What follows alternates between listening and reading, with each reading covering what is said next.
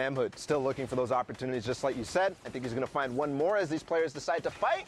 Couple in the zone. He does find KZ, but falls all the way down, unfortunately.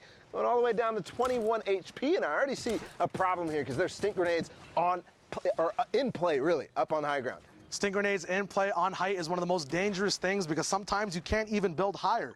It's a lot worse for you at the end of the day. Wall replace is coming in. Dynamic Menace goes down. The 2-tap coming in. Very nice stuff from Sheep here. He's going to start to go down as well, but he's getting pressured from all sides at the moment. Famhood is also alive on a tick of HP right now. They're going to be looking for connects if that's possible. Famhood staying up so he doesn't get damaged at all either. And that crazy switch, mat switch right there as he was waterfalling down with wood, and then suddenly he switches. He's still at 430 wood. Switches to brick. Makes it possible for him not to get knocked down. And I'm seeing a bunch of names down here that we started with. We saw Urav's, Posick, and then Bumpa and Slappy, who each week we have been coming back to, and they've been getting better and better as they've started their journey as a duo together.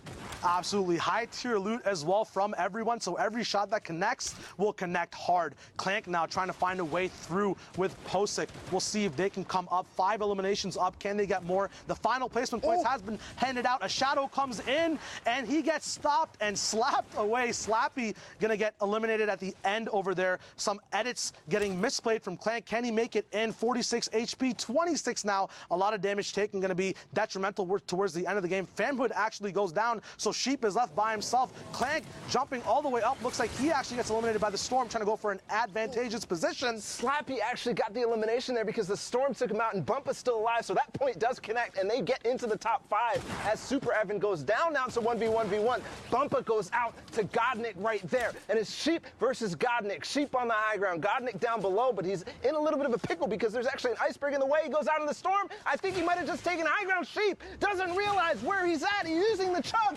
to heal off. He's running away from Godnik. The first time we've seen the chug splash used in that sort of manner. Running away, getting the ice on his feet on purpose, and then going right out. The chug splash. It's here, it's ready, and we're getting back to those crazy heal-offs, Shio. It's happening. It almost looked like a PG fight was going on, but we'll see. Go back to Zeke and see what's up with the rest of the games coming up. I like that rhyme. I'm about that, Shy. I like you. You're a really cool guy. Man, what an insane game there coming out. The Chug Splash, man. I'm telling you, we have not seen the ceiling for this item. And people are going to continue using it to do some really fun and crazy things like that, but great for the player to identify, you know what, I can just live. I'm just going to keep just splashing the ground. I'm good. Well, it's a great, because it's a change, right? I talked about it a little bit earlier. This fundamentally shifts kind of how those full storm closure and those heal-offs play, because usually you have to account for it. There's no insta HP. It's either a HP over time via the slope of the campfire, or you have to commit to either procking it off, whether it's the bandage, the med kit, or sitting there and popping a shield. So now all of a sudden, when it's an insta 20 HP and it stacks up to 6 times, like, you can exchange those out. So now a siphon might not be enough. And I mean, those end games, things are getting weird. Things are getting weird. Speaking of weird, I don't know. I didn't make a great transition. But we're hanging out with Sundown. These plays were sick. They weren't I was going to say, yeah. Let's get right on into it, or let's dive on in. You can see the swimming pool over there. But first, we're on board with Niddle and Casker. Now, Niddle has qualified in the solos, is able to pick up 2xe there, and then start his work from top down. He picks up a nice double here onto Zextra right away, and then he finds Vinny right afterwards. So brilliantly done from him to be relentless, chase up with this, and manages to get the wall replaced, and then pushes in and will be able to close that one out, but gets knocked there. Casker, however, held the high ground, didn't go down to contest, and is going to be able to ride this one out. You can see it's a 2v1v1, but he equalizes by picking up Top Gun and then getting the first shot and the second one, 6 HP left. We talked about the difference that could end up being it, but Ghost is lost, and Bop didn't look lost here. They were able to put the Bop on the rest of the lobby, picked up Snaz there, and this one was all about control. They're running the high ground from the entire time. They made sure they identified the threats by them, and then they picked good targets on the edge of the storm. And you can see Ghost following up right away. Virtue trying to make a move, but it wasn't enough, and Boppin is going to be able to just follow it up, and you can see them being relentless. And then Ghost, this is great. They tarp out the whole level. They know he's there, and Ghost is like, we're not going to lose. I'm 100 for 100. I'm going to go down. Every point matters. That one got them the 13th elim, and now we got Anthony and Riverson. So Riverson used to be the best of the West, now playing over in the East, trying to be a beast here, doing everything he can to get another qualification spot. He wants it so badly, picking up Twifo there and trying to push through. You can see pulls up with a great flank and control around the zone to get TJ, stay in it, and then recognize the shot onto Bluff at the end. Just brilliantly done. We've seen Riverson before, and now trying to do it with the new duo of Anthony in the final week. We're used to seeing him with Persecute, but let's see if it's enough to get him up here on the standings. Here we go. Right now at the top, you've got Zayt and Saf leading with 48 points, 4 games played. But right behind them, you've got the liquid duo of 72 and Vivid. Tetra and Eclipse right behind them. And look at this, man. From top to bottom, an 8-point spread. That's, I mean, 8 points in striking distance is, you know, making it what, let's say top 5 and a few victory royales. And suddenly you're finding yourself up all the way up here. I mean, this is still really, really close. And the one thing you have to realize, Eclipse and Tetra have already qualified. Zayt and Saf have already qualified. So right now it would be 72 hours and Vivid, Slacks and Keys, and then Assault and Innocent. But with all of these players here, we've talked about a reasonable pop-off game being about 15 points. It's a 5-win victory royale or a top 5 with 8 elims. And in duos in particular, because everyone kind of squishes together at the end, those numbers can be inflated. We've seen 20-plus point games. Yeah. We saw Stompy Tashinkin drop back-to-back 20-point games to take the top. It is still anybody's tournament for the last 3 spots. And again, this is it. After this, you're done. If you played on NA East, you can hang it up. If you're not going to New York, you get to watch with everyone else. That's right. And again, you know, if you're seeing these players and you don't recognize them, or maybe you do, just take a moment, send them some love. They're playing their hearts out right now, trying to punch their tickets. But of course, Fortnite fam, we're ready to hop back into more games. Thank you so much, Sonna, for hanging out. We're going for a dip, so let's send it back over to Bala and Shy Wager. Thank you, Zeke. Those eyebrows always on fleek, and so is NA East as we get into Dubs and Mega, the big titans of the entire server on solos and duos. A nice, varied actually rotation coming in. A ball sticking beside a flintlock pistol like a mother deer and her fawn as these guys move around the field at the moment. A lot of mats available as well, and they keep saving these mats as well when they use this type of rotation. I love the use of the flintlock as a rotational item. It's something that you can always basically count on finding at least one, or maybe a glider redeploy, shadows, or something. And that flintlock, hey, sometimes you have it and you're like, oh, I don't have any rotation, but it saves the day here as Dubs and Mega make their way towards the zone and almost approaching that top 25. That's not a placement threshold here in duos. It's actually still half of the server alive right now. It's just really impressive that these guys used these many limited mats, saved the ball, and got in without taking any damage, as it's so hard to do when one player has the ball and the other player doesn't. It takes so much experience. Speaking of experience, knowing the proper sight lines and the proper builds to shoot as well is huge, as Dubs is going to be calling the shots on who to shoot at the moment. Dubs looking at boxes beside him as well that are just completing. A lot of chaos going on around him as well. A blue tack shotgun available, so he gets multiple shots in close range. It actually does out DPS the combat if you are in that box-to-box moment, and that's what he's going to be looking for, doing his patented wall replacing. It is the box fight meta. And we'll see if Mega can play that meta as well, as one duo holds while the other one pushes. Flintlocks coming in that tack. Double tapped. Ghoul goes down, now representing his name as a ghost in the server. We'll see what else these duels can do as we look at a huge aerial shot of everyone on the same layer on this mountain in the map. Now, starting to flatten out, but we know the moving zones are coming, and we know those change things very fast. And as I was looking at those standings, I was looking and seeing what the average points are for those top places, the people who are going to be qualifying. Zayt and Safet up at the top, they were averaging just slightly over 10 points a game at 46, and they had only played 4 games. Same thing with 72 and Vivid. And, you know, I have a funny story about Dubs and Mega, actually. Dubs was giving me advice on how to play in the finals. He's like, Bala, you got this. You can qualify. All you need to do is get 10 points a game. I'm like, okay, buddy. You're only one of the few people who can do that consistently. One of the only in the world. We talk about the placements and where individuals are in these leaderboards. The first 5 games and the last 5 games and these 5 shots coming out of Vix are so different and important as he gets that knock. When players are playing your first 5, the mentality is very different. You have some momentum, but as you move around in those leaderboards, those last 5 games, people start getting more serious. People start throwing games. Speaking about throwing things, all these bodies getting thrown in the air as everyone is on rotation at the moment as the zone just starts moving. Looks like no one's really moving that late. Rote is left behind with Zeshi as well. And I'm already seeing the top 3 players or duos up on the leaderboard, Vivid and 72, and we saw Keys and Slacks as well down below them. Looks like Vivid is in a clutch situation right now as his teammate is already down, trying to find the player on the zip line. He heard it coming.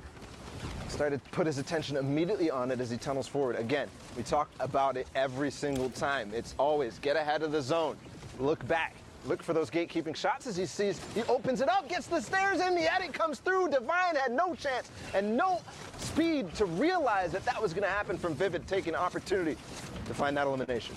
Divine on the low ground now being dropped down to the underworld as Vivid starts to make his way up. 72 has been eliminated, so it's all him. Only 10 mats though, so it's just him and a dream at the moment. Now has to barrage through enemy builds with his pickaxe. Has an edit though. The last mat that was his in that box. The dynamic zipline play coming in as he does gain a little bit of height, but needs to go even higher. Balls flying all around him in the map as well. H-tag going down. Can he get the mats from that elimination? Yes, he can. 20 metal only though, as he still has to rely on his trusty pickaxe, denying a player height on that layer as well. He does have 1 launch pad and 1 mat left. Takers all the way up top with Hornet, who has qualified in solos as well. We'll see if he can replicate that and get double qualled with his dual partner as well. Kutorba dropping down a layer. We'll see if Vivid can find a way up. Vivid doing crazy things right now. Fortunately, the zone did go back in his favor, so he doesn't have to spend too many materials as it's going downhill. And he uses the 1 piece of metal to block that shot, and now he's looking for more. He's looking to refresh. He needs to find something, possibly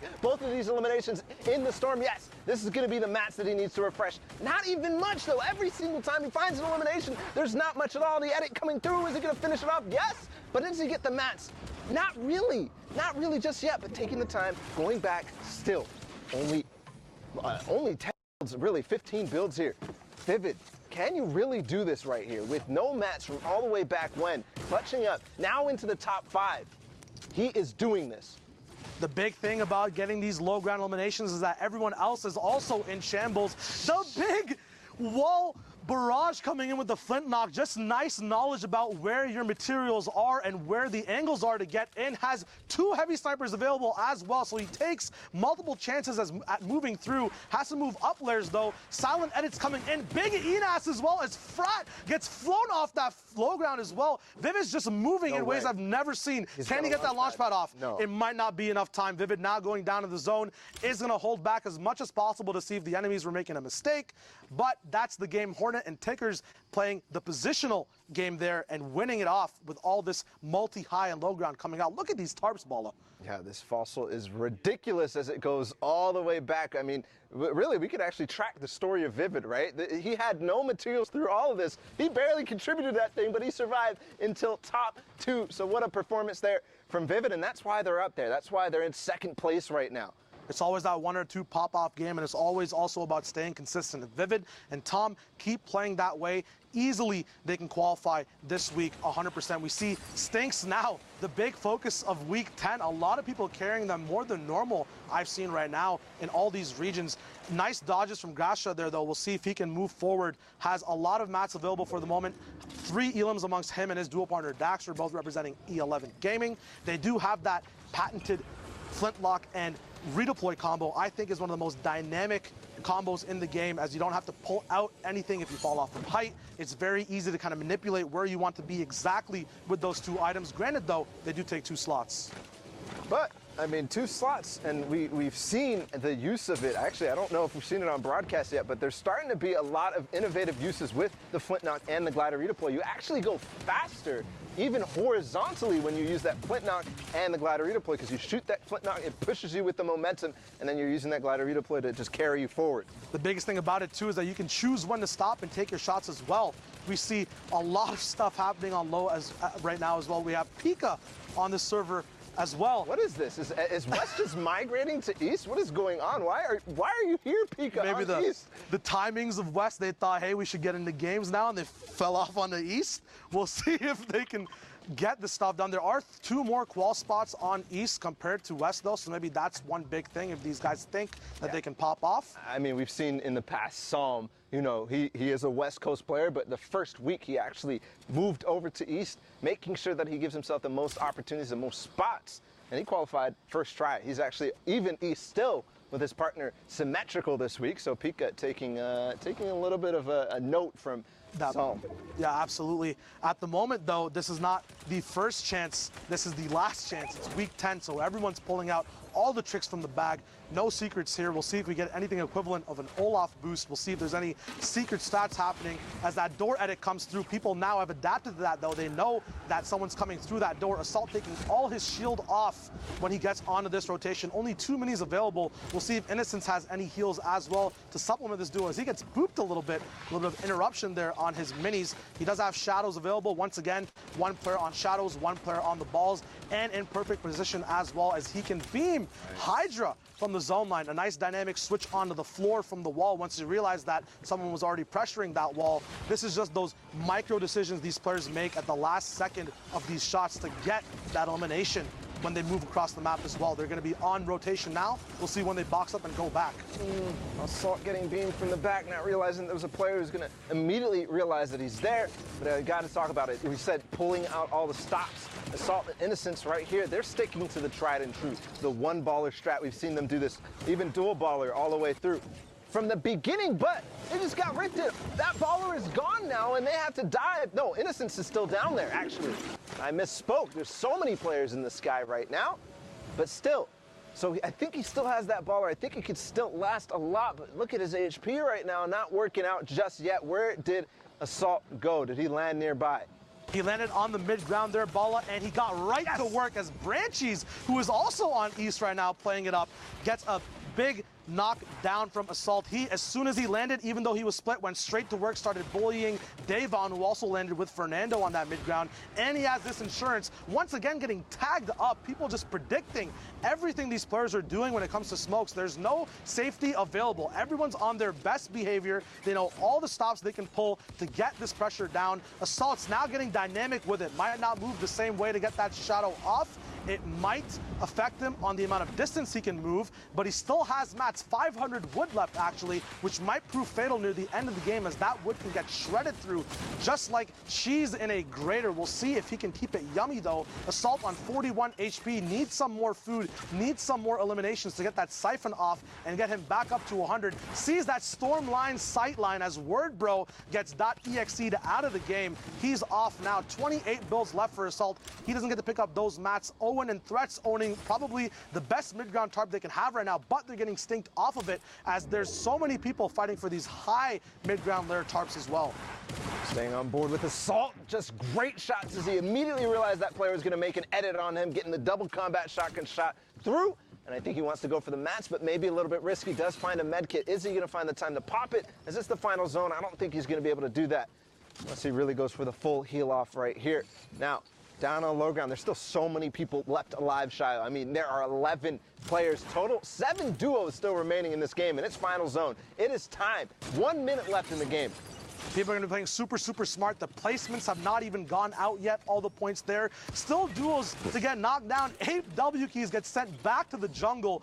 No opportunity there for him to get any placements, unfortunately. 1 duo still needs to go down. Assault looking very healthy on HP and shield right now. Has a little bit more time to move through the storm. That storm taking 10 damage a second. Gives him about 8 to 9 seconds to move throughout without an elimination. Speaking of eliminations, Intangible goes down as Assault is now just freaking on everyone. Another shot coming in. Threats is getting eliminated. Can he keep it going? Assault has that low ground layer. It's very dangerous for the surprise factor. Davon getting that shot off, but it's not over yet. Creo and Nolan in a 1v1. Both their duos have gone down. Creo What a play! Superman launchpad on the height. Still has mats to answer with it as well. Starts taking the ticks of health first, but resets those ticks as Nolan has That's followed under less HP. Creo with the high IQ launch pad and safety switch to stay in the storm and clinch out that game. Huge plays there. 3 eliminations. The victory royale. Creo, you can't do it better, Bella. You can't. Creo just pulled off one of the most insane clutch launch pads I have ever seen, knowing exactly that Dusty Divot has these, kind of elevation changes. It goes up and then it goes down drastically. He knows there's builds up there. I can get up there and I can out-heal or outlast you as you have to make your way through all of that old fossil. Perfect play there from Creo, and that's why he's qualified in solos, right? So he's trying to do it now, trying to get double qualified and bring his teammate KiwiFace along with him. We talk about qualified duos and solos. Sap and Zayt now, who also qualified for duos, are going to be looking at getting some more money and placement as well as they keep playing for these top spots for respect and practice as well. Slurp sticking on Sap. He does have a few more. They pick up an elimination. A lot of loot to work with now. Looks like they have excess mats as well. They're in zone. They could big up their base if they wanted to, make it a little bit bigger for more sightlines, or they could stay cool, calm, collected. One cool thing I see from low ground usually is if you stay a little bit more low key and then look for surprise shots where people don't expect it, that's where you can get those big picks. On height, it's always dope to, edit your walls, see if there's any advantage points, but with low ground, you usually have 1 or 2 angles, and you can get those pop-off moments there. So Saf and Zayt, I've seen a little bit of on Zayt's Twitter about his strategies going into New York, talking about how he's trying to control his drop spot being Loot Lake. That's going to be one of the most interesting storylines in New York, being the fact that they claim Loot Lake to themselves, but we know how many duos are already dropping there. We know how many duos are already qualified in New York. So Zayt talking about, I'm trying to stop anybody else from being in there because he already has Sean and Aiden. He already has Mitra and Mongo. They're trying to claim Tilted, but they could come back to their old home the way they qualified. The mind games from duos saying on Twitter, we might be taking this spot or that spot. The biggest theme for Worlds is going to be clashing of all these storylines. Everyone plays in their region. They know the rules, but that always gets flipped. As Juxta gets flipped as well in the Storm, he goes down.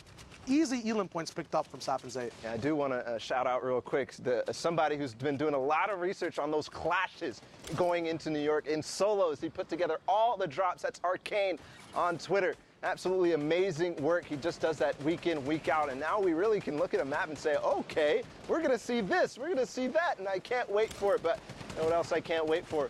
It's Fuzzy and Hogman. This is one of the teams that has had those, heartbreaking weeks, those heartbreaking moments, but also very positive, triumphant, because every week they're up there as Hogman picks up webs. Every single week they are getting so close. And we saw them up on the leaderboard before, right around possibly this game is fresh for us, not even realizing any of the points here. Hogman, you are crazy. He just went all the way up on high ground with the baller, and Fuzzy's doing the same too, but staggered because now, no, just barely. I thought he was going to take full high ground while Hogman fights from below. But what a crazy play there. They're all of a sudden in a really good position. They talk about the use of ballers in competitive, but no one does it better, I think, than Hogman and Fuzzy. Hogman was the king of ballers coming in from solo. He's kind of given that knowledge to Fuzzy as well. The amount of time they can keep these ballers alive near the end of the circle. A rift coming out now, seeing if they can once again reposition. Looks like their game plan is always zone 6 and 7. Fight for that height. Use your mats then. So if the balls don't work, we'll see if the rift to go can work. And it does almost, as Hogman gets that slow deploy, yes, but pops off on Sean Claude from the back. We'll see if he can build up. Another shot coming in. The Sidewinder combat shotgun. We'll see if he can wall replace here. His enemy goes down lower towards the ground. Sean gets that Elim, or Hogman gets the Elam confirmed on Sean. Multi-layered high ground available as well for this duo. Yeah, and I'm curious, okay, they are going to use the launch pad to get right back down. Actually, Fuzzy's going to go ahead and drop all the way down. He does have that glider redeploy, but one thing I'm noticing in their inventory, they have the chug splashes. We saw the play earlier from Famhood. So that is a possibility here in this game, but there's still so much to play, Shio. The Chug Splash is one thing you can always bait and switch with. We saw that high ground PG fight about to happen, but instantaneously that heal-off came in. We'll see what these duels can do with the utility they have. Brispy going for a nice utility play as his trap gives him some fruition, but he can't capitalize on getting those mats, ammo, or weapon upgrades because these guys have to move for the storm. Sometimes you can get those high priority elims down, but you won't be able to get everything out of them except for just the points, and it might make it so that you fall behind on tempo for the rest of the game, moving on positions. Speaking of tempo, I love how Sherry here is not, full topping all the way through, but what he is doing is placing a floor and a cone on the bottom layer and making sure that if anybody's going to go below, I can make that edit. I can open up on you. A lot of personalized styles from a lot of people. Bro going down. We'll see Cherry actually moving behind his builds as his duo stays up. This is huge. 6 duos left alive now. 1 more placement point left. We'll see who's allowed to play and who is not going to get any placement points from this point onwards. Hogman on the high ground with Fuzzy, who's trying to wall replace. Once again, this genius type of split on height where one person, one target, so the other one goes and does the dirty work. Fuzzy in a dirty situation, but Hogman cleans it up. Very nice stuff there as they get that elim down. Big points available as well for these duels if they can keep getting these elims over and over again. And I love how they collapsed directly on that player. As soon as they got both the cone and the floor, that player started full sending on them. They both came down and made sure that they would handle this, but making sure that they're also getting that victory royale. They're slowing down, splitting the materials, knowing exactly where that LXRI duo is going to be, but Fuzzy goes down. It's now all up to Hogman, maybe opening a little bit preemptively there, but it's still top 3 situation. They've earned all the placement points. Hogman's going to get revenge onto Cherry. There's still one more down below, but he has no match. Just fine. The Siphon match right there, that's going to allow him to stay up just for a little bit longer, using the Chug Splash. Not yet using that slurp, but he sees an opportunity, does get a couple shots. Now it's a 1v1 down on low ground. Hogman can take his time or go full send, get the elimination. Yes, onto Brispy, and then finally onto Lotus. Hogman and Fuzzy take the victory royale with 20 points. Options, options, options. Hogman just using the proper shots, using the proper heals. Zeke, what do you think about all this, man? How is this stuff getting so insane and more ramped up over and over again? We knew for a while now that Hogmans and Fuzzy had it, and right then they just put all the pieces together. A massive 20-point game. Let's go. Fuzzy Wuzzy doesn't care. Fuzzy Wuzzy will take all your points away and qualify for the World Cup. That should have rhymed. I apologize. Sundown has long hair. There's the rhyme. There you go.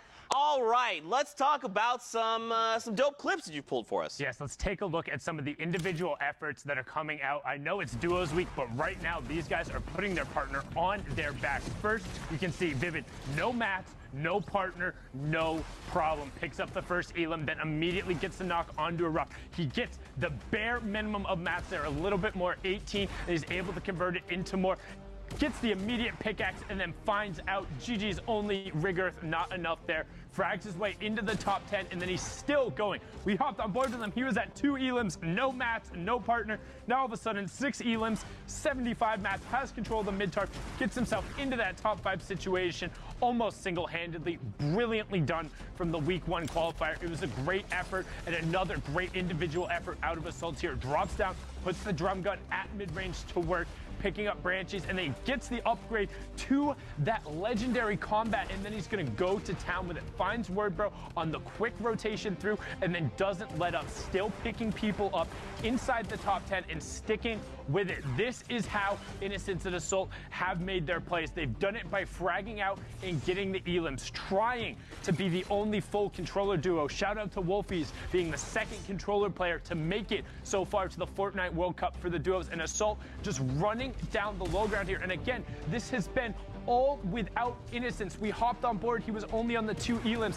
He was able to get 5, 6 now, and then get himself into the top 5 as well. Just a brilliantly done play. And will the individual efforts be enough? Speaking of an individual effort, Creo with the nuts launchpad up onto the high ground, and then watch how he stays in the storm. We talk about every single interaction mattering, sometimes not even the interaction mattering, every single second, and just having 1 more second in the zone. He knows when it goes to full close, he's ready to challenge out.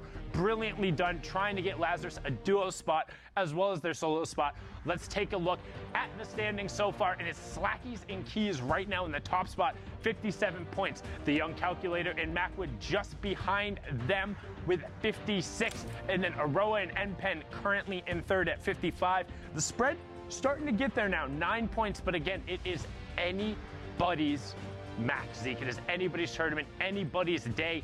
All of these guys have been so close, and this is really a who's who of NA East for competitive Fortnite. Yeah, I mean, there's a lot of really big names here. Again, there's only the 3 spots in NA East, so a lot of these guys are going to look to bring their A game heading into these last few matches. I mean, when you look at even Calculator and Macwood, right, they've got the 7 games played. That's a lot with very little margin of error there, so gotta hope they come out with some really big games. But Fortnite fan, we appreciate, of course, you guys for hanging out with us, sticking around for Fortnite, all the Fortnite action. But for now, we're gonna go to break. I know. Just get up, go get yourself a snack, use the restroom, come back. We'll have more Fortnite action. Don't go too far. Let's slide out to the lobby. Let's slide out to the lobby. Let's slide out to the lobby to get your spots and numbs. Burgers from dirt to munch. Tacos Royale with brunch. Red juices, a tasty treat for Lil Whip, PB, and Pizza Pete. Let's slide out to the lobby to get your spots and numbs. Let's slide out to the lobby to get your spots and numbs. What's up, Fortnite fam?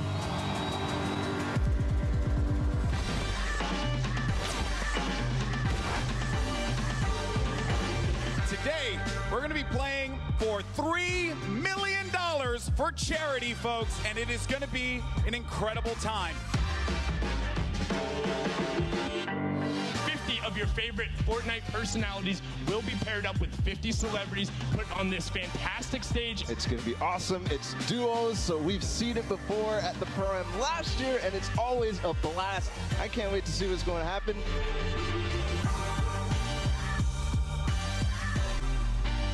The first match of the Summer Block Party Pro-Am is beginning right now. They're putting down pressure. No one's safe now. That's one Elam right there. Can he get a second? That is going to get followed up because he desperately needs materials.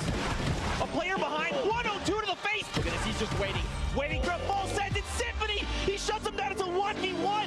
Who is the other player that's left? Oh! Here it is. He's going to go with the X. Oh! Airwalks.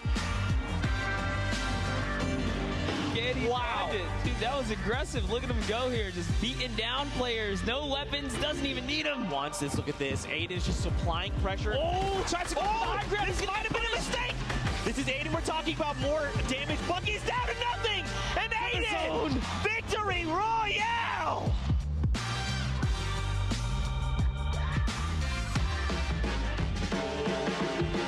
Well, it doesn't connect with the shot. Marshall Lynch hits 75 blue. One great shot connects up, comes up over top. It's a second right there, and the Rift goes out. Oh, she's on the run. She's chasing it down. You're not gonna let this one go away. Oh no, no, you know you're a solo. No turning back now. 35 wide on that damage there, and Ewok got the target. 1 build remaining, and that's it. He's gonna land in front of him, and Typical Gamer! Final game. Typical Gamer pops up behind Janina. Oh, the rage! At this point in time, not looking the best when it comes to that. Oh no!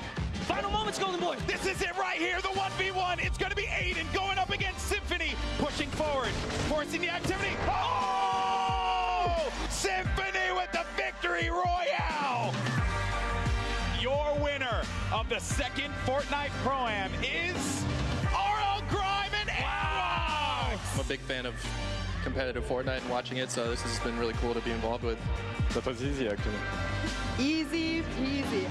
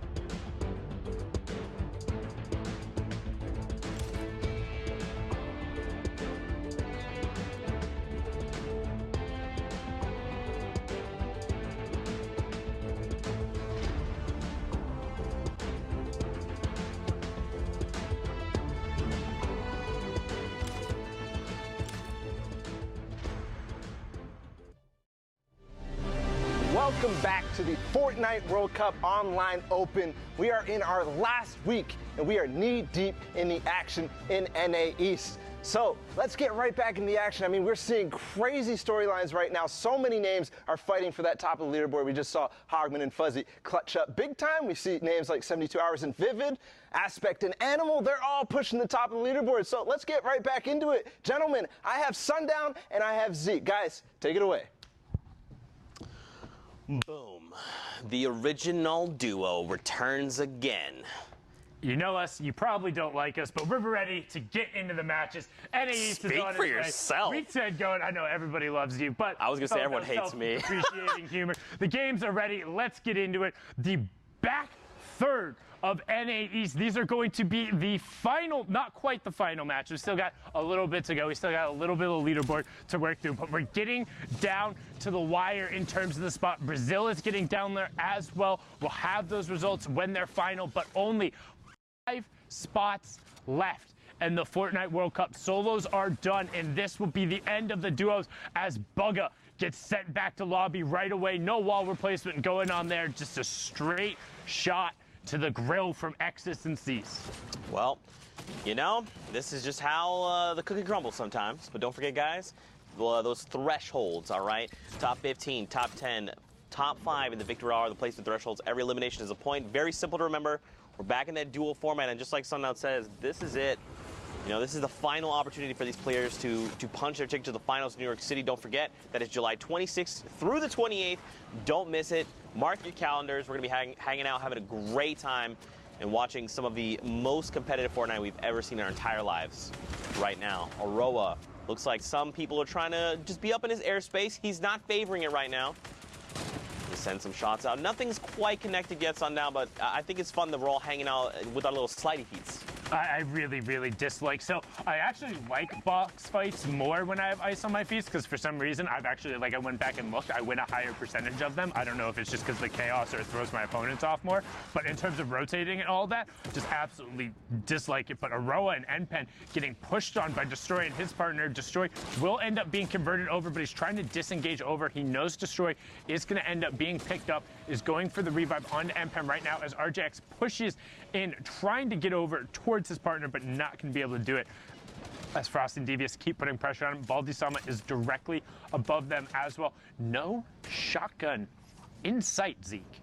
That's probably why he's not taking this fight. He could easily get in that box, but I mean, if you're going to put an infantry rifle to work in that close range, you're probably not going to hit the shots, especially with a shallow magazine there. You probably just don't want to be taking those fights. Well, it's still close range. It's not horrible, right? Forward in the chest, and then you have the 88 afterward. Oh, my God! He uses it, he pushed it to the box, and he finds it. The back-to-back headshots. Dini gets sent down right away, and now Baldi knows he has that wall. He's trying to find the shot. Can he find it? No, instead gets ripped up into the sky. He's like, all right, I'll take a free rotation. Would have liked the shotgun, but a rotation will be nice, as you can now check out the backside of the storm. Ricardini, Assassin, FA Mark, Dodo Crunchy, and Orbi all trying to make it over to that launch pad. Diego and Aiden just rotating on the low ground. The SH boys trying to find some room. No utility insight and hurting on Matt so far. So you know what I've discovered is that I guess these players can just somehow hear me. So every time I say something that doesn't seem plausible, they just say, Zeke, hold my slurp juice. Watch this. So that's why I basically said that. I was like, there's no way.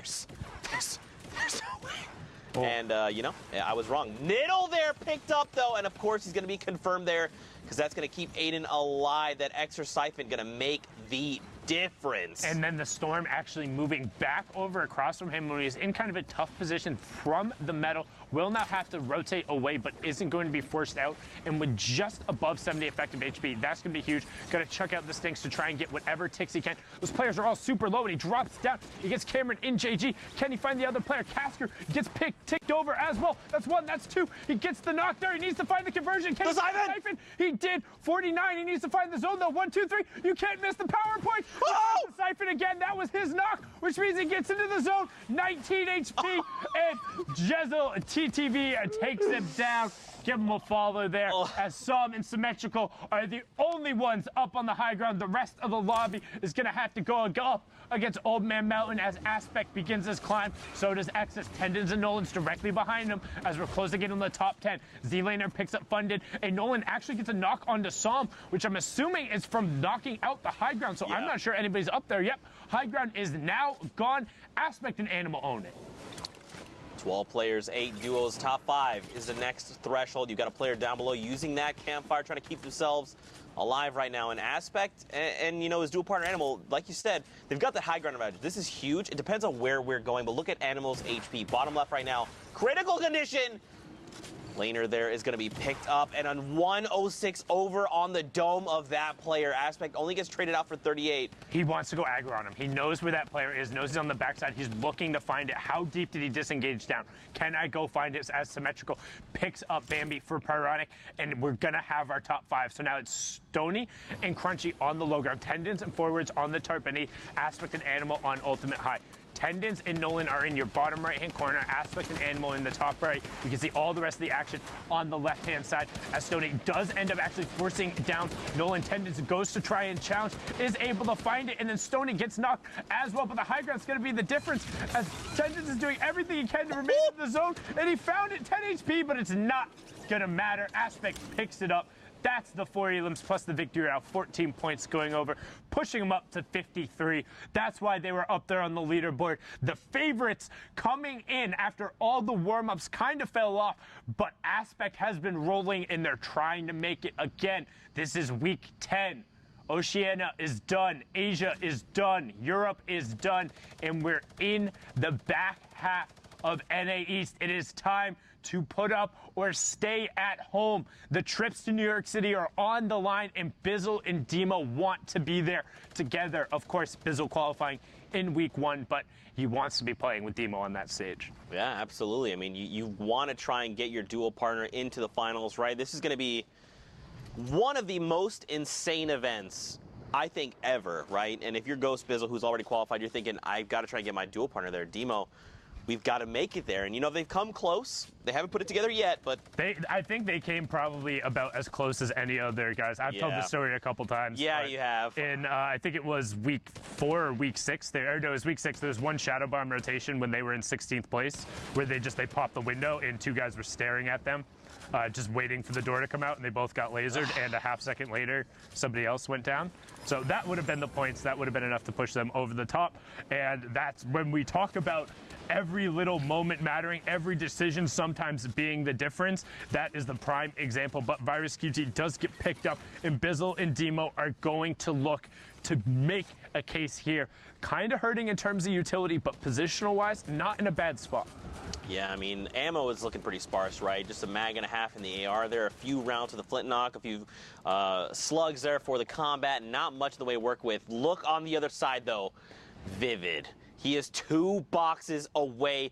Now, 72 is in critical condition. Take a look, and look at this. 5 total builds. No shields on either of them. Like, they have less than 100 effective HP. They do have a rift, but you don't want to go skyward unless you're going late, and it can guarantee you placements. But you also don't want to be caught out in an awkward rotation here. They can't afford to tarp. You either have to go right away, or it goes super late and just pray nobody looks in your direction, which for somebody, they're sitting on 50 points. Can he find 1, 2, 3? But the 16 isn't going to be enough. They desperately needed it, but now attention is drawn. The 72 is going over. You see the combat swiveling towards them. It's Lotus directly above, Predator on the backside, and they're going to go late. They're going to go late, and they're going to pop and just hang out and hope nobody looks skyward, because 1 AR bullet will drop 72, 2 will drop Vivid, but right now everyone else is worried about rotating. And there it goes, skyward, and he knows it's white. All of a sudden, Vivid goes straight. Oh my God! Box, can he find it? Oh! Mateos gets dropped. That could be the difference. They have all the mats. They have the mid-tarp. They need to drop down and get more, though. They need the campfire. They need all the resources.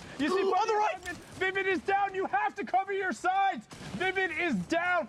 72 has to clutch up, but he's taking ticks. He's over in the storm. You can see him there, dead middle of your screen, and he is down outside of the top 15. But look in the bottom left, Ninja in reverse still up. Bizzle and Demo, Artsy and Midas, Sean, Claude in the middle as well. And hello, Burst SMG. First time I think we've seen that. All cast Bizzle puts it to work right there.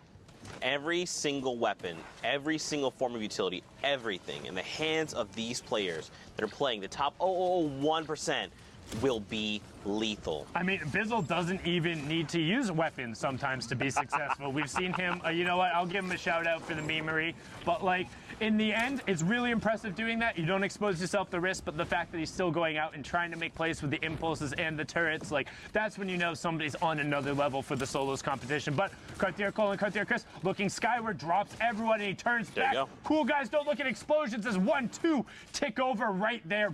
Really heads up play. Unfortunately, they're not going to get the materials and ammo, but still, 2 eliminations, 2 points on the board, and pushes them into top 15. You'll like to see it. The lobby is going to continue thinning out. Now, keep in mind, top 10 is that next placement threshold. That's where their next aim is. You've got someone up in the sky trying to challenge Germ. I'm so sorry. You have been eliminated. Hogman goes down, but was inside the top 10, so he got the 5 points. Bizzle and Demo are still up as well on the mid-tarp as shots are raining down from Chris and Cole. They're doing so well. Bizzle and Demo both go down outside the top 5. No more points there for the vaulted duo, and now Janik picks up dimes. We have our top 10 as top 5 as Cherish is inside of it. Reverse and Ninja still on the low ground. Lotus with a great slide around. Reverse with an even more heads-up play. Ninja's in your bottom right. Cartier Cole in your top right. Janik and Stowe on the mid-tarp as we have a 2v2v2. RPGs are coming out. Can they catch it? They catch it right away. Player gets dropped down. Ninja reverse make quick work of him, but then Ninja catches the rocket right on his face. Can he find some time? Watch Ninja in the bottom right. Cartier Cole in your top right now. You can see Reverse trying to get an angle to support him. Cole has got the RPG reloaded, begins to work top down. Ninja continuing to tarp himself out. Did have enough room. No. Reverse went to the sky. Are they going to look up while Ninja tries to get them distracted? Now they're looking downward as Ninja is distracted. This is the split from Reverse. Gets blasted out of the sky. Interesting call as Reverse now gets dropped. Can Ninja make the play? The clutch is on him. Gets cracked back 17 HP, but now he has the high ground with Shadows. Needs to pop minis if he can get the room. A siphon would be huge, and it's not going to happen. Chris and Cole shut down Reverse and Ninja. 8 elims in the victory royale, pushing them up to 45 points. Man, that was, you know, I respect the play for sure, but hindsight is 20/20. That's all I'm going to say about that. Next game, here we go.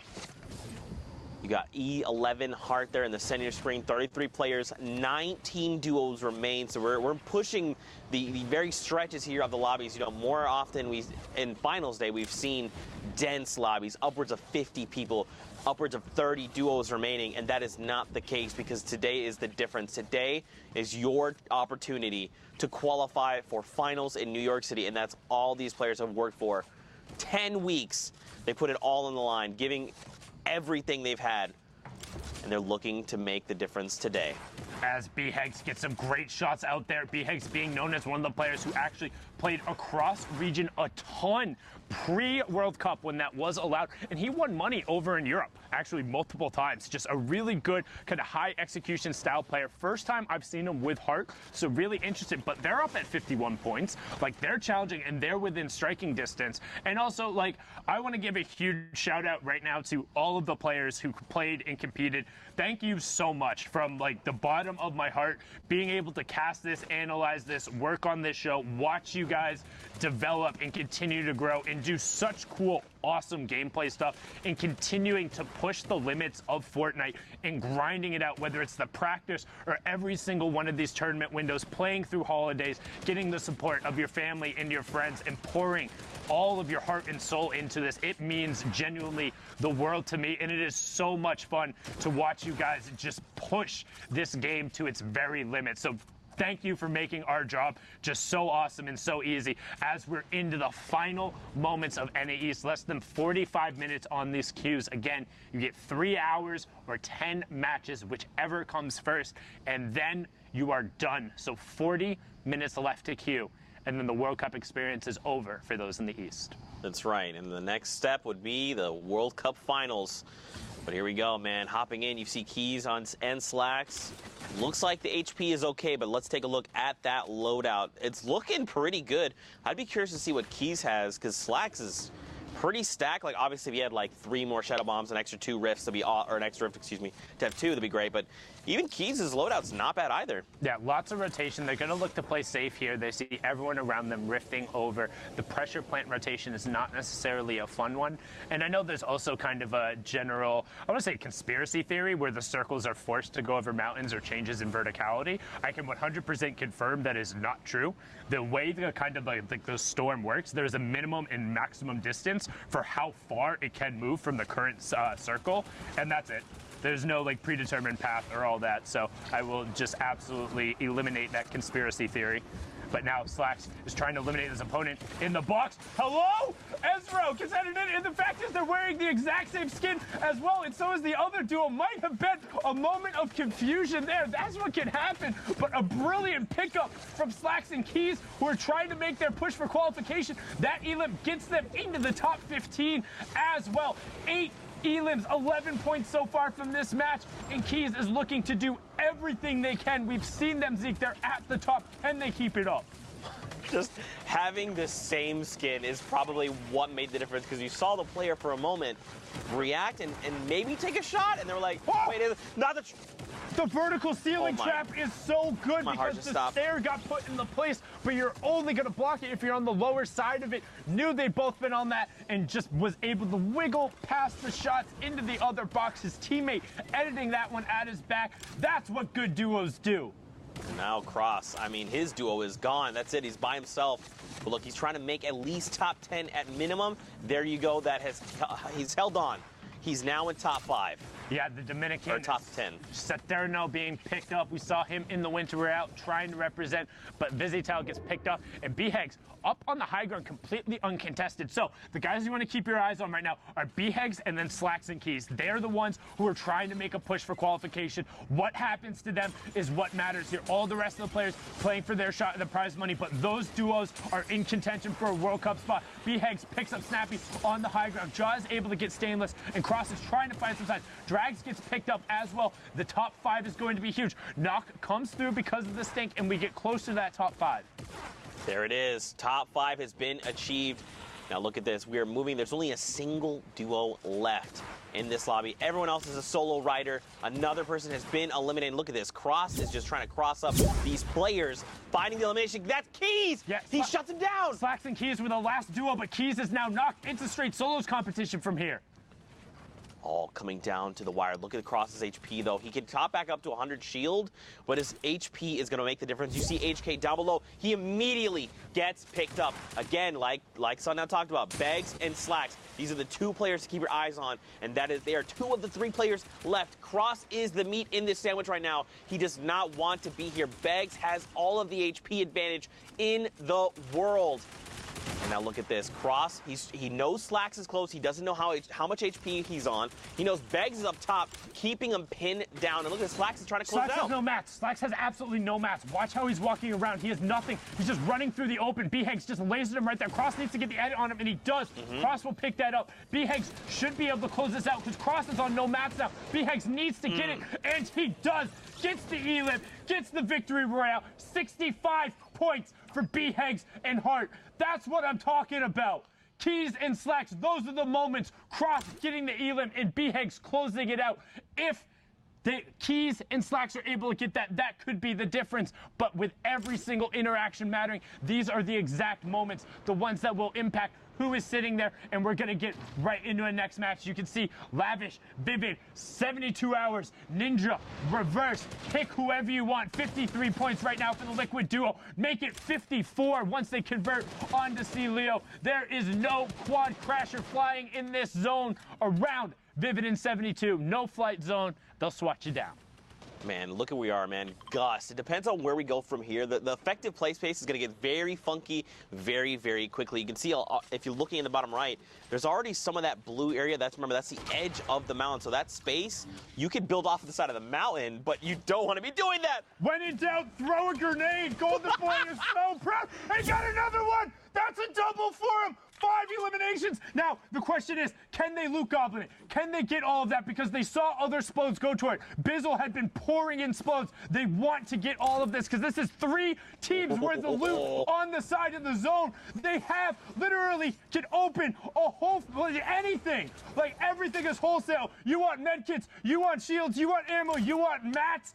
The Liquid Boys got it right now. This is going to just, like, absolutely increase their potential winning this game, right? They've got it all. Their loadout is looking so good, and now with that Rift to go, all the upgrades, you've got a combat shotgun right there sitting outside. I hope that they've potentially picked that up. They're both already rocking them. Like, you can tell. They was like, people complain about, come on, you got combats laying everywhere. These guys will leave it. What do you mean they need them? No, I'm just kidding. Come on, guys. That was a good one. That was a good one. I like that. No, I'm not funny. It's fun.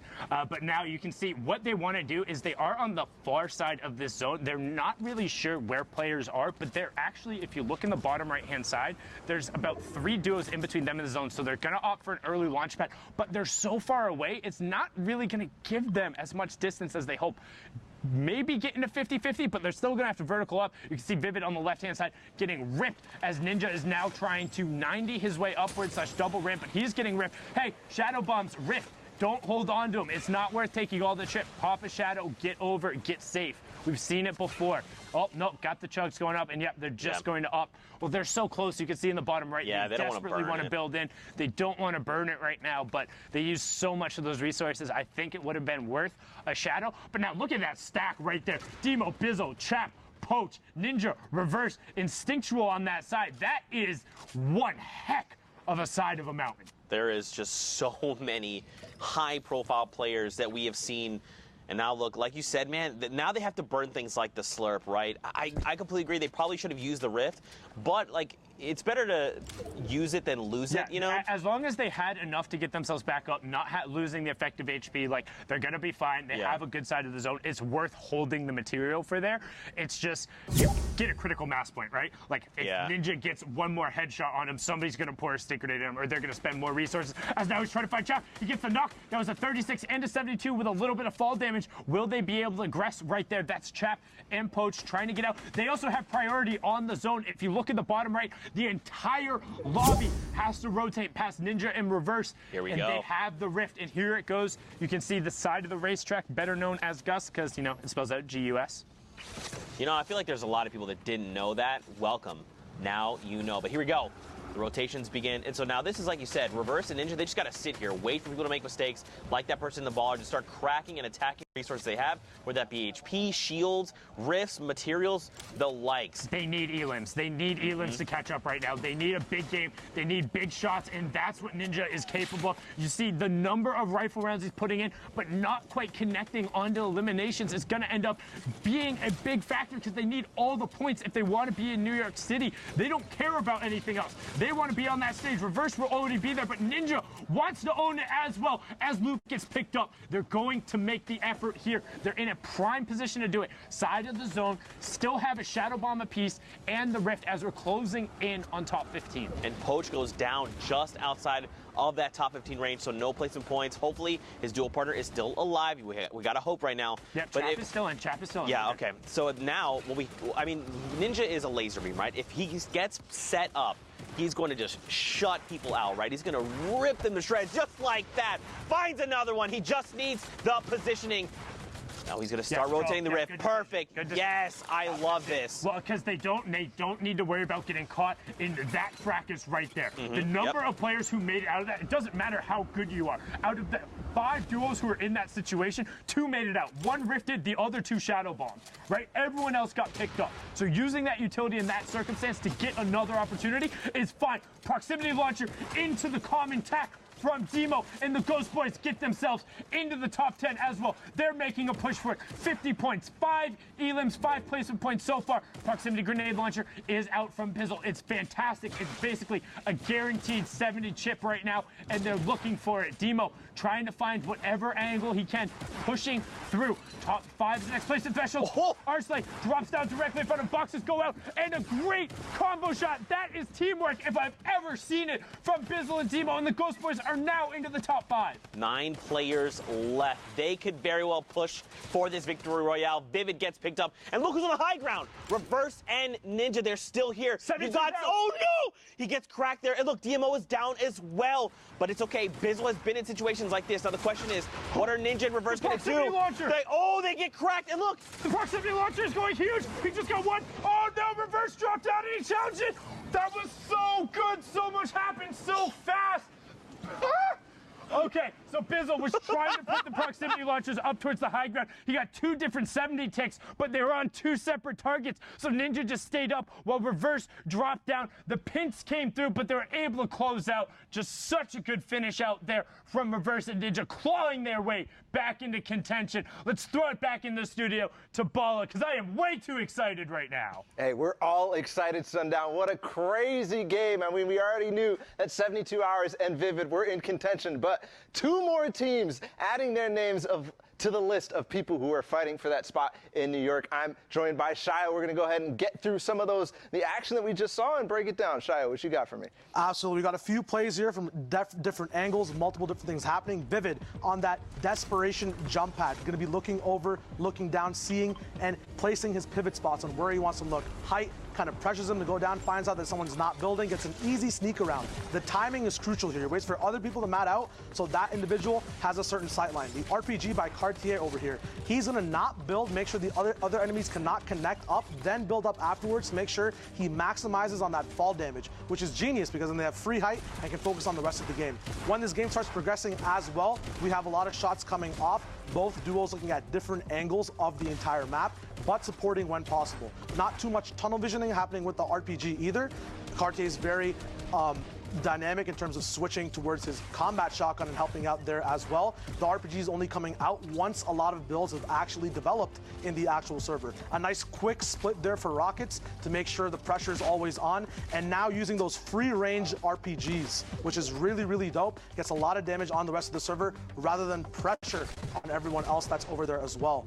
Finally getting that big pop off on Ninja. Right here, Slacks going in. This kind of enabled him to have the rest of his game available. He sneaks in with a shadow and stays right next to his enemies. You can see there his crosshair positioning kind of baits out one shot going for the finish, but then waiting for his enemy to peek through and getting a big elim off right there, making sure they have that box up. He's on point right here. Cross is going to start fighting B-Hegs on height. B-Hegs goes for a nice split here. We'll see it from the other angle. He builds up and kind of stays on a 50-50 spot, goes right, then gets that drop down on Cross, maximizing the time for the zone coming in and everything else in general as well near that end game.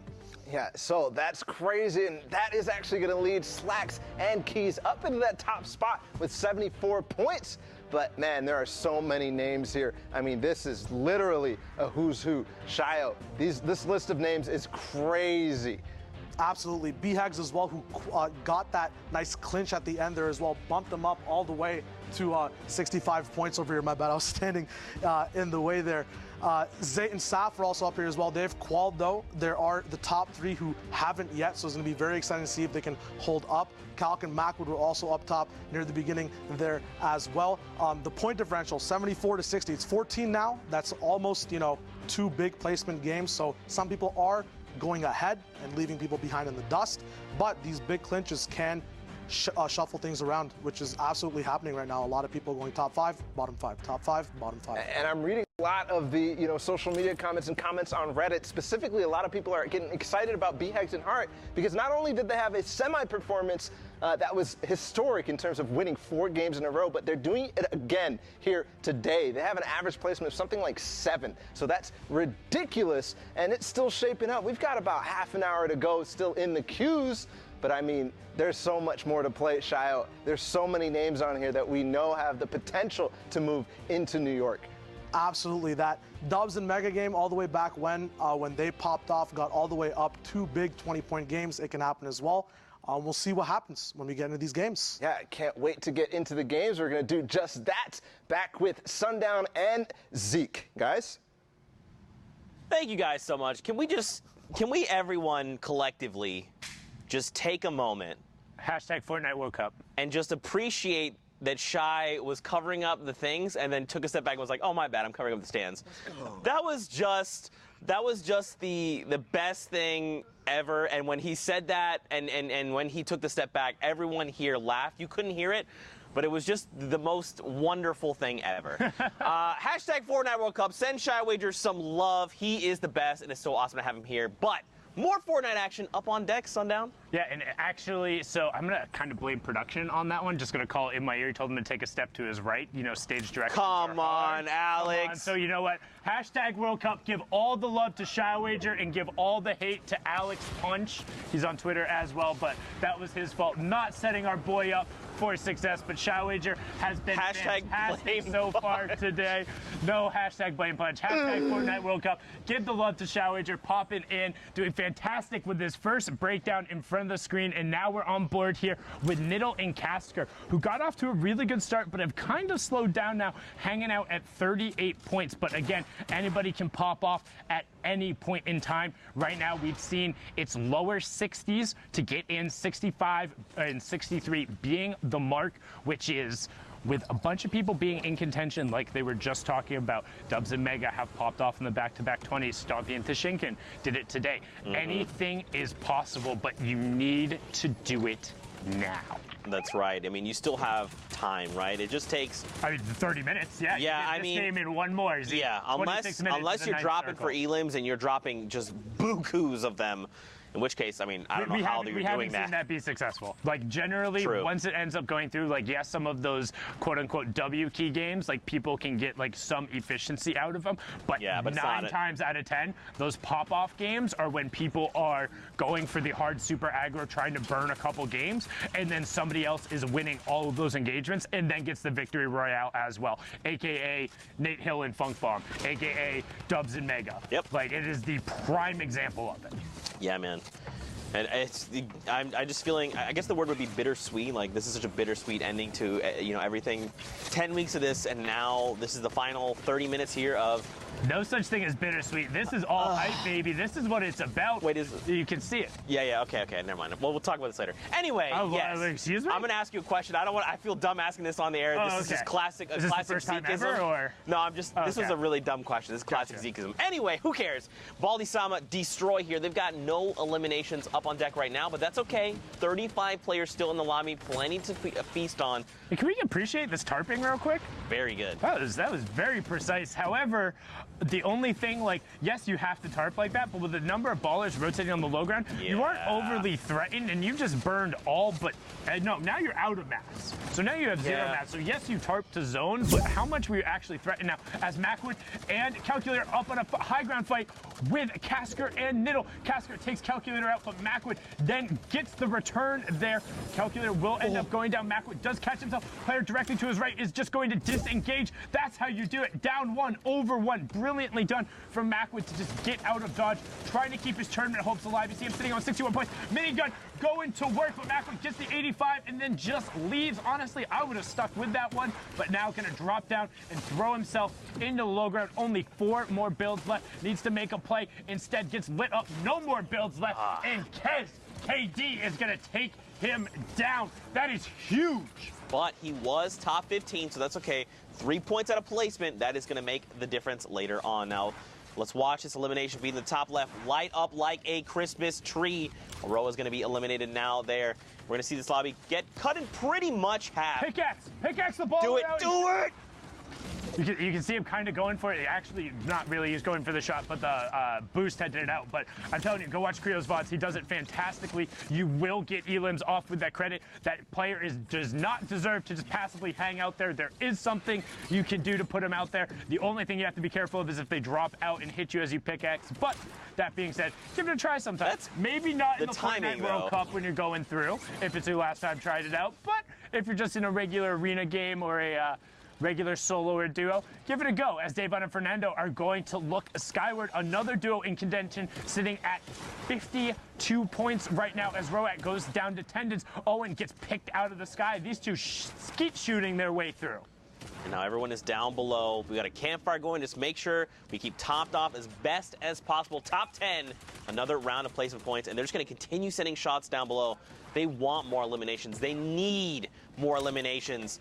We're so close. You see, look at this. Owen gets picked off. Kazbek gets picked off. Look at everyone else down below. Symmetrical, Psalm, Cowboy, Owl, Blue Tea, Rogue Shark, Threats. I mean, there's so many. You said it earlier, a who's who. But now, how do we attack this, right? The next threshold is top 5. Do you think these players have to go aggro? Do you think you have to lay it on the line? Unfortunately, Baldy, Sam, and Blue Tea are picked up when I'm asking my question. It all ends for them. And don't forget, man, we still have the 30-minute queue time, and we're hopping into these games kind of like throughout. So for all we know, this game has already happened. You gotta hope they get him go back in. Flossin! No! V2 for the end. Everyone has a buddy. It's 4 duos riding it out. Kyle ends up getting taken down, so now we have one solo hanging out on the low ground. That's Seza. Cowboy and Owl left. You have Psalm and Symmetrical on the mid tarp. Fernando on the high ground in the top right. Owl and Cowboy on the lower tarp in the bottom right hand. You can see that double ramp towards the side. There is a Flintknock out in Cowboy's hands right now. Owl is looking for the side. Flintknock from Cowboy to get the side hop, going for the zone back. Fernando and Davon try and loop around. Cowboy does find the zone. Owl is still tracking the zone as well. Symmetrical goes to challenge. Owl picks someone up. Davon drops down, is putting the pressure onto Cowboy, and he finds that one. Will get the siphon. Owl gets the flank onto Davon, but Fernando covering him. I don't know if you were watching that on the wide side, but the way they covered each other's angles was so freaking good right there. Fernando and Davon, 8 elims, the victory route, 18 points. That'll rocket you up the standings, 62 for them. I'm glad you called that out because just the way they were like dissecting everyone left in that lobby, just tearing through all of them, forcing them into uncomfortable positions, you know. They were dictating the tempo of that game, and that's what led to the victory out for them. Massive props, but more action on deck. You got TSM Commandant and High Sky. And shout out to Commandant right before this, was actually typing in his password and typed it in wrong too many times, so locked himself out of his account. we helped him out with that, and we got it resolved, but that was one of the funnier panic message I've ever received from a player. That was a very, very interesting one there. If it's going to happen. Account security, first things first, and you know, sometimes you fat finger a password 1, 2, 3, 7, 19 times, and then get locked out for a couple hours. But nothing doing there, sitting right around 50 points in contention. Glad you could get the games now. Elixir and Maze, Billy going up on the side there. However, the rest of the lobby is looking towards them. Neff will get the conversion on that with some help from Isu. So, and Maze is just going to get whatever max he can from that and pick his loadout. 63 effective HP, but does have all those minis now. Yeah, but look at this. The lobby is turning on Maze. You saw the first elim come through, and now everyone's like, okay, we know someone else is down low. They're probably in a tough spot right now. He's going to get a little breathing room, which is really going to make the difference. And now he's got to figure out what he needs to do to hit top 15. Those placement points are vital because they're sitting on no eliminations right now. Yeah, you have to get to top 15. If you're in a match for this long, if you spend 15 plus minutes kind of in it, looting, getting in the late game, having a decent loadout in terms of weaponry, you have to make something happen out of it. Benny does get picked down there from Maze, so good shots going over with that epic AR and then able to cover himself up. But he needs to find a spot where he isn't being focused as much. He's burning so many of his key mats when he has no rotational tools, just trying to keep himself safe, which shouldn't be a priority right now. You should be safe. Got TJ up above him, but now let's get a better lay of the land from down below. Look at all these players, Hornet, Tickers, just to name 2 very quickly. I want to see what their loadout looks like. What is going on with them? You've got Chug Splashes, you've got a single Shadow, a single Mini. You know, one of everything. Sure, why not? They also have the launch pad. Oh, okay. This is a little bit disastrous. The launch pad into another launch pad. That's what he meant to do, is the secondary launch pad. Gonna go find Hornet right away, who qualified in week 9, was also a player who played in week 2 of the summer skirmish. Shout out to him. Was kind of a big jump starter for his competitive career going on there, but is a player who kind of really breaks it down analytically. He went through, looked at his point layout, saw like, hey, I wasn't getting enough from elims. I need to go more aggressive. I have no problem with my placements, but I need to be throwing myself in the middle. And he wants to do that. He wants to put himself in the middle of the action, just like you see right here, getting aggro, getting the pickup on the WBG Blake K, and then popping the rift and out of dodge. Well done from Tickers and Hornets to get some control there, but now they need to be careful because they're drawing fire from TJ and COD Genesis. Down below, you see High Sky right now going toe-to-toe with other people. Trev gets cracked. Beach there from Go Crazy gets destroyed. Look at all these players. It's still so tight. There's 33 players left right now, 20 duos, and we're in Storm Circle 7. This is easily one of the most dense lobbies we've had all day, and now Ticker's going to use that Shadow Bomb, start his rotations, and just try to link back up with Hornet. And one thing I'm going to nitpick here on Tickers, pop your Shadow Bomb as late as possible, because the time you're in the air, that counts. So if you're falling... Oh, the trap player... Oh my God! He was just busting his balls. I'm gonna get up and walk away. Gets him so close to the top 15. A brilliantly done executed. That's what I'm talking about. Don't let him roll to the placement points. Go aggro on him. Hit some shots. You can take advantage of them if the players don't rotate correctly. And brilliantly done there. Top 15 now coming out. And Maze doing so well from the earlier situation we saw him in. He was pinned against the side of the mountain. Now into the top 15. Zeke, you talked about it. He was looking for those placement points. He got it, and 2 elims. I mean, he's probably wants more, right? Every single interaction, we talk about this. More. You always want more, just like me. I always want more ice cream. But every interaction does matter. Everything that these players decide to do, everything that happens is going to affect the standings directly, right? Are you eliminated? Did you get shots over on the person? Did you confirm that person? Did you have to burn a slurp or rift early? Like, these are all going to make the difference. Look at this, a 3rd elimination, and he's pushing. Ooh. Oh my! I thought he was just gonna crap. Oh my God!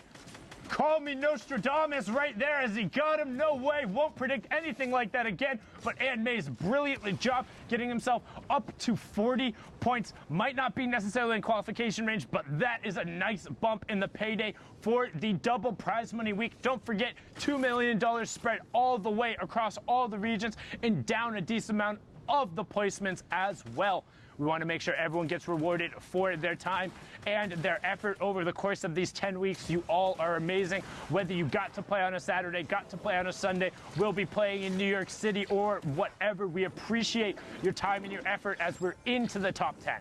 Mastoris picks up, especially coming out of Maze. Again, Mastoris is a legend in the community, gets cracked. Scientist, excuse me, downed as well.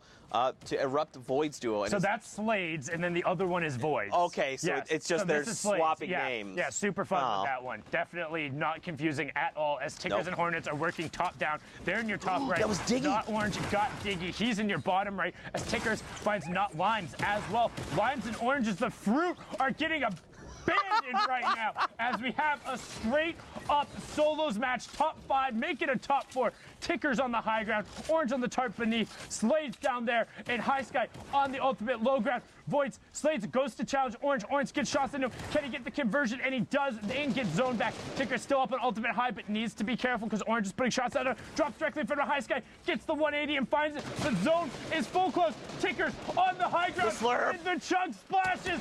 Let it be known. Can he find the shot? He wants it, and he gets it as well. Gets the Elim credit. No, Hornet got it. It was his partner, so they will get the point. Pushes them up to 61. They're in contention. Man. They're in striking distance. And the chug splashes, again, changing those full circle close interactions. Balla, take it away.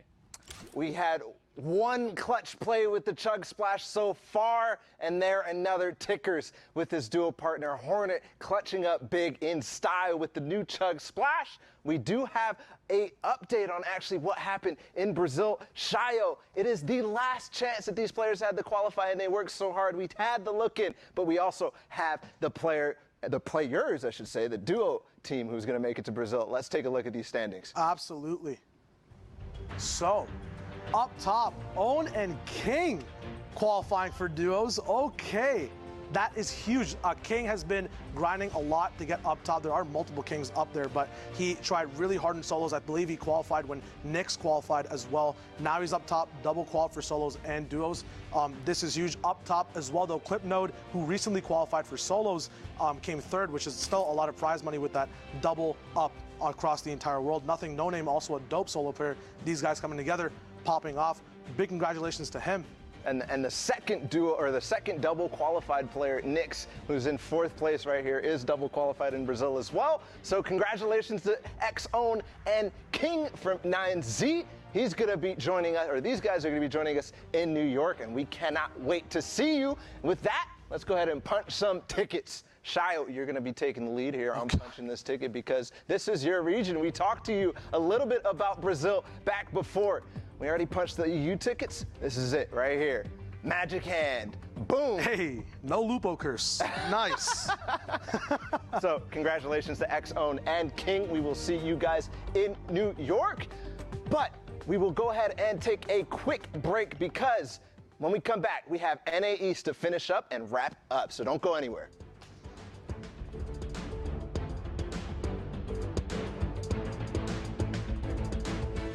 To the lobby. Let's fly down to the lobby. Let's fly down to the lobby to get your spots and nums. Burgers from dirt to munch. Tacos Royale with brunch. Red juices, a tasty treat for Lil Whip, PB, and Pizza Pete. Let's fly down to the lobby to get your spots and nums. Let's fly down to the lobby to get your spots and nums.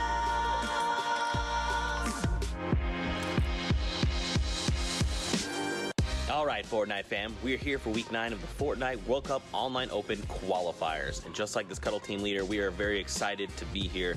The final week of solo competition. Hopefully these players can take a bite out of the competition and really keep it top notch. Codename Elf. Guys, are you ready for week 9, the finals day? Man, I just had a whole bag of cookies. A whole bag of cookies. He's the yes man. I'm so happy I don't have to be near Zeke for much longer. We got some qualification. We got a dancing banana too. I want to see Zeke wear that at some point during the World Cup. Fortnite fam, you guys know I love it when you use that hashtag Fortnite World Cup. We actually have a social producer that helps sift through all the tweets and all the incredible things you guys send us, and his name is Nick Brown. All right, guys, my name is Nick Brown, and for the Fortnite World Cup qualifiers, I've been working as a social producer. So basically, every time any of the casters say use the hashtag Fortnite World Cup, I'm the one who plays defense to make sure that none of those cheeky tweets with bad words end up on the big screen.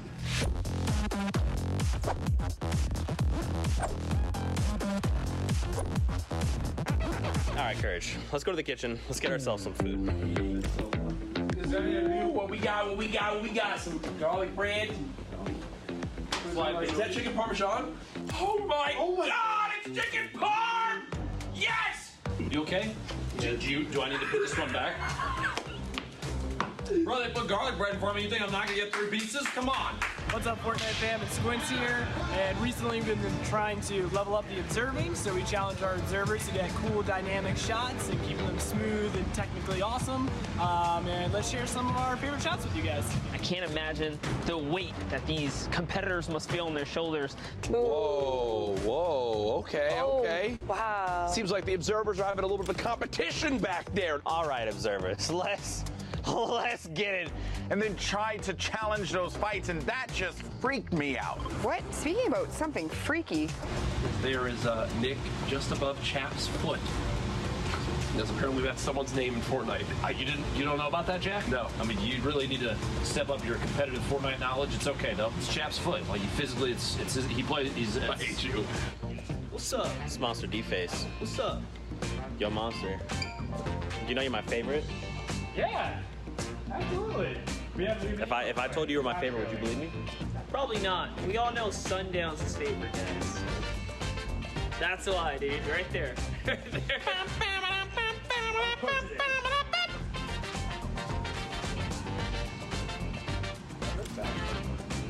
What? Dude, it messes me up. You know, a lot of people ask me what the best part about replay is. It's got to be working next to GFX Becca. People ask me all the time what the best part about being a graphics operator is.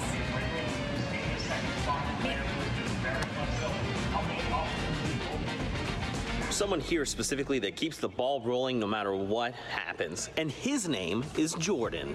What's up, Fortnite fam? My name's Jordan, and I am the production manager on the Fortnite World Cup Online Open. My job includes making sure the production happens smoothly, handling staffing, catering, any technical issues that may arise, making sure everyone else is doing their job. He's really good at stuff. We're on a break, and Jeff is going for the high score.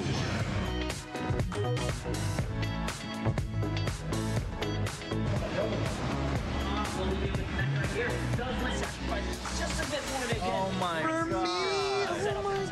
That's really special. And he has the Not for safety you. to rain him down. I don't know if you realize it's completely uncontested. But It's over. Week 9 is done. Goodbye.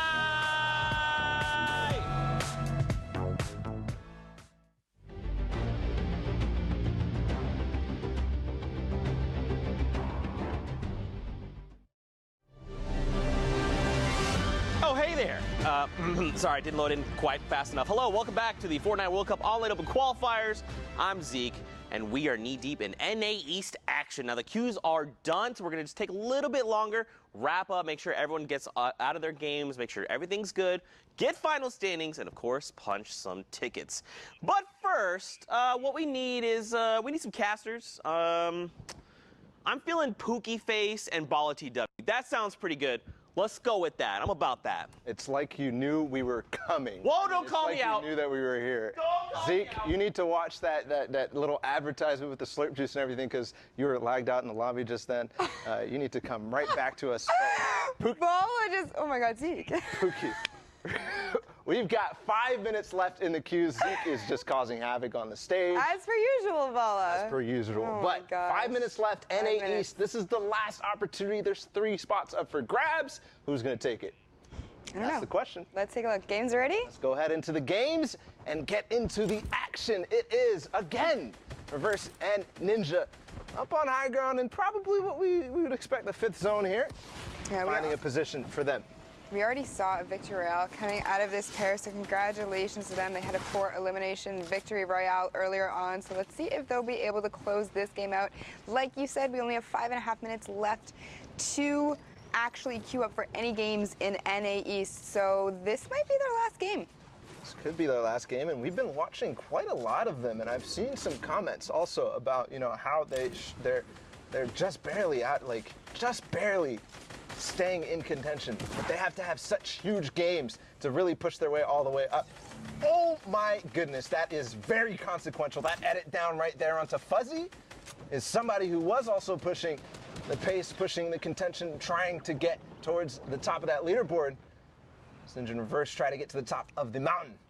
Yeah, and that half wall edit being extremely strong, knowing that their builds were only attached by one small 1x1 and using it to actually take out an opponent. Now we have Liquid Vivid here, 72 hours, both of them looking very good, sitting on, how much is that? 72 points, that's gotta be a good omen. Gotta be good. I mean, 72 hours, 72 points, what could go wrong? Now that we just said that, Bala. Yeah, it's a curse. Jeez. It's a curse. But regardless, I mean, this team has been playing so crazy, both of them. We've seen clutch moments from Vivid. We've seen clutch moments from 72 Hours. Their utility usage is on point today. And really, what I've been seeing, I've been watching a little bit of 72 in the past couple of weeks. He's been just getting progressively better, both mentally and mechanically. He's just been absolutely dominating anytime he plays. Same thing with Vivid, although Vivid qualified in solos in week 1, so had a little bit of pressure relief from him, but right now he is putting it all and making sure that he's going to bring 72 Hours to him, or with him, to New York. There you go, English, Yeah, easy. easy peasy. Now, just to your point, you know, with this being a 10-week online open qualifier, we have seen so many duos as well as solo players really improve over the course of 10 weeks. I think that's really been what's been the most exciting and interesting part to me, is seeing the progression, seeing the evolution of all of these players, and know that, you know, they've been putting in the hours, the practice, the scrims, the arenas. They've been working so hard to make it to New York, and like you said with 72 Hours, it's certainly paying off for him. It's a combination of all sorts of practice types, arena, customs, pro customs, these games themselves, right? Every single weekend that we're playing, we're gaining more experience. As now players are moving in towards that 6th zone, which Shadow Bomb's coming as well. He's going to get right back in with Vivid. The edit down from Vivid, because you can't actually edit while you're in Shadow form, so he's making sure that he's going to get safe in the box before he becomes apparent and visible to all the players around him again. Yeah, and using that Shadow Bomb effectively to make sure that he did get in there to safety. He didn't have a ton of HP, but it isn't going to matter. He takes out Balti-sama there with the combat shotgun and is going to use another Shadow Bomb to rotate. Now, Vivid actually went over to his left and circled around. They were split for a little bit of time there, but it doesn't matter. Again, no edits there for 72, but he is going to be picked up by his teammate Vivid and is going to be able to shield up safely.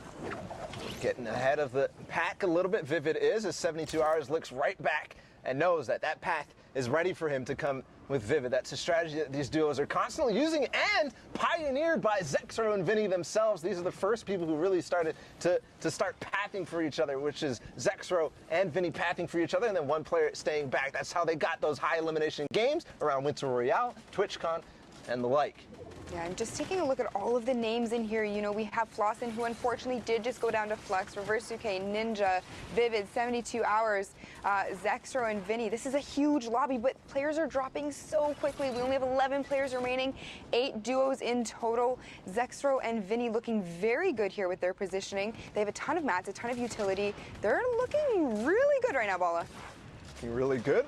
That's for sure. I saw Vivid go down in the feed, so looking for 72 Hours still, but Zexro just bringing the pressure right onto Reverse, knowing that he can capitalize on this elimination, and then Vinny also having the path still, knowing that he can get right back to his teammate with the good awareness to realize he's getting shot from above. Now, going to take the slurps, take some time to realize the situation. They're in top 5 in terms of duos right now, so all the point thresholds are clear. He's going to take out Kwanzi and then Flex right in the corner. Perfect pinch there from Vinny and Zexro, and perfect opportunity to take that, but still getting pressured from all angles. Pookie. Yeah, and they are on mid-ground right now. They are getting pressure, but it doesn't matter. It's like they're playing on a completely different level right now. Their awareness in these builds is absolutely incredible. They own everything here, so being able to utilize the edits to drop down and control mid-ground the way they are, it's almost like low ground, but you've got a little bit of wiggle room to work with. A little bit of wiggle room to work with. We're coming into the final players here. The edits coming in at the same time from Vinny and Zexro there. Perfect opportunity taken onto Seti.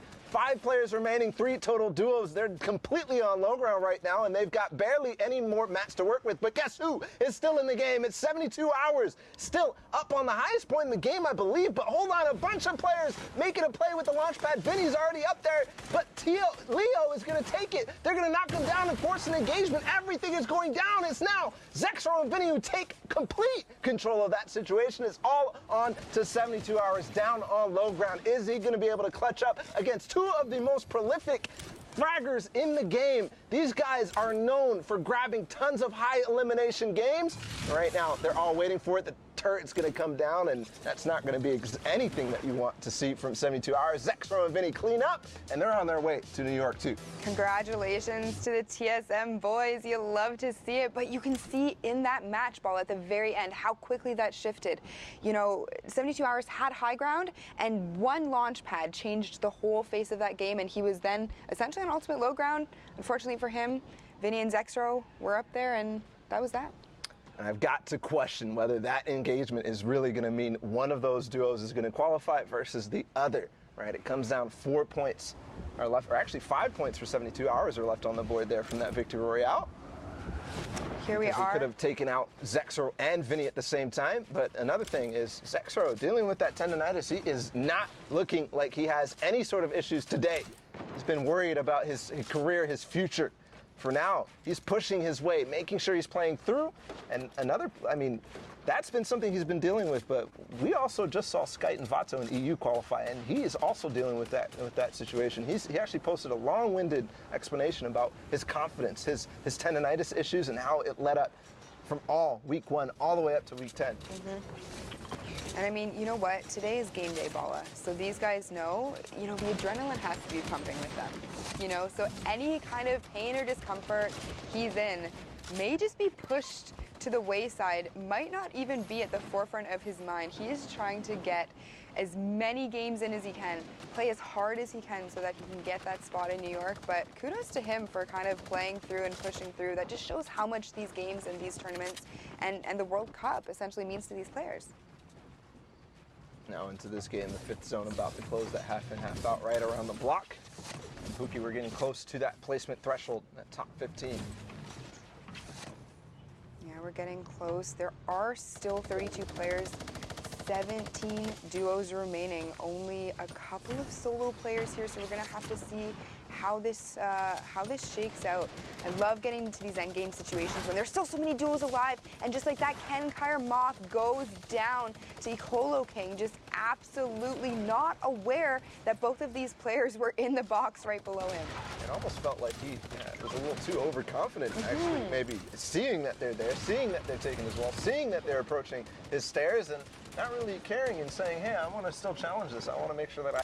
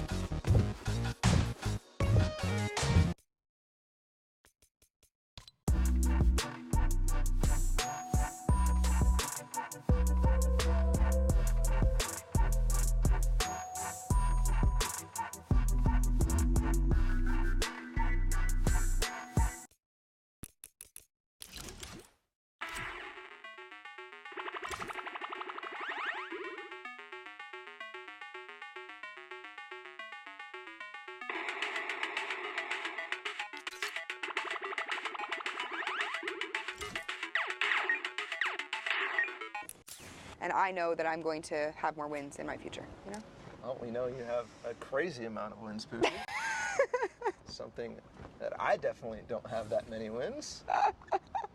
I mean, it's just a win, Paula. You know, you can edit like no one's business, so, you know. Victory Royale is a Victory Royale, one of the most important things in Fortnite. You know, it makes me jealous. But regardless, these guys are all looking for it to get towards New York right now. Demo and Bizzle, we saw them have such an important clutch performance getting towards the end with a couple of different players. But here, Demo picking up Sunny. Is it their time to shine? Demo and Bizzle right now looking exactly and taking stock of what is around them, looking to see, can they get through here safely? Where can they go from here? And it's just going to be tunneling forward. No opportunities really presenting themselves just yet, but Demo is looking and forcing opportunities. One comes through from Bizzle because they were all focused on Demo, and I think that is actually going to be 2 total eliminations. He might go down the zone, I think, if he's not careful, but hold on, Bizzle is stuck here against Commandment and High Sky. And it looks like Demo did end up disengaging there. Now, whether he had some kind of heals of slurp juice or no, he does end up going down, unfortunately, for Bizzle. His partner is going to be left behind there. That's unfortunate. That is so unfortunate. What happened there was Bizzle was in shadow form. He was trying to get edited down from his teammate Demo, but when he made that edit, High Sky and Commandment immediately took that opportunity to say, hey, I'm going to go ahead and take you out. He's gone. Bizzle now trying to clutch, still fighting against Commandment and High Sky, but I think that might be it. Yes, Bizzle did end up going down just then, I believe, but Kez and Fung right now taking out Commandment as well, who did take out Bizzle just then. So Kez and Fung, all of a sudden, they're in a strong position. High Sky is still above them. But that might be changing very soon here, but no, the ramp over and the pressure coming in. Yes, what a shot there from Kez from down below. And speaking of down below, everything all of a sudden is gone for Bolt Glaze. He has no materials. And while they all fought down below and while the fight on high ground ended up going down, Kez and Fung take advantage from mid ground and clean out both high ground and low ground. Oh, look at that fossil, Bala. There were so many things that were happening at once there. We had so many fights occurring on high, mid, low ground. I feel as though at one point, you know, we had 20 people alive, and then it went down to 2, and then the game was over. It took a lot for me to be able to digest everything that just happened in that last match. But forget about that, because we have another one here, and we are looking at Steens right now. RBK Gilly, unfortunately, his partner not in this match anymore. But Steens has got he's got the bush on, so you know what that means. And a little whip skin. So I don't actually know what this means. It's kind of confusing, actually. I don't know. I was hoping you could give me an explanation. That's why I set you up for that. But you definitely didn't take it. So, you know, we're just hashtag Fortnite World Cup. If you can give us an explanation as to, you know, what kind of joke I was trying to make there, the bush and the ice cream, and it's, I don't know. You know, let's move on.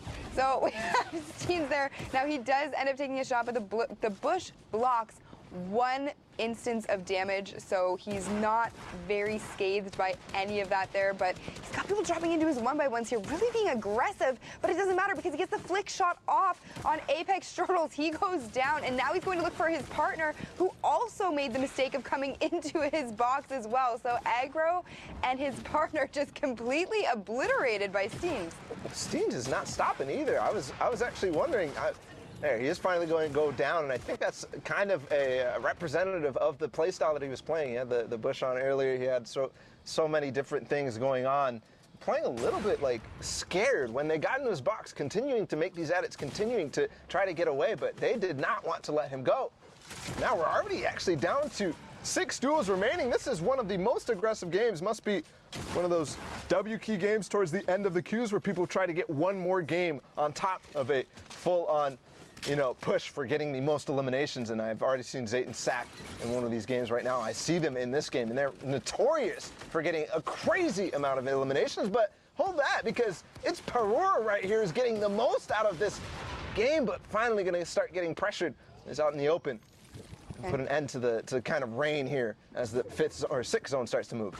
Yeah, he is going to use a mini there to get himself shielded back up to 150 effective health, but he does have the 6 Shadow Bombs Bala as well as 3 times 20 instant health pots essentially sitting in his inventory there.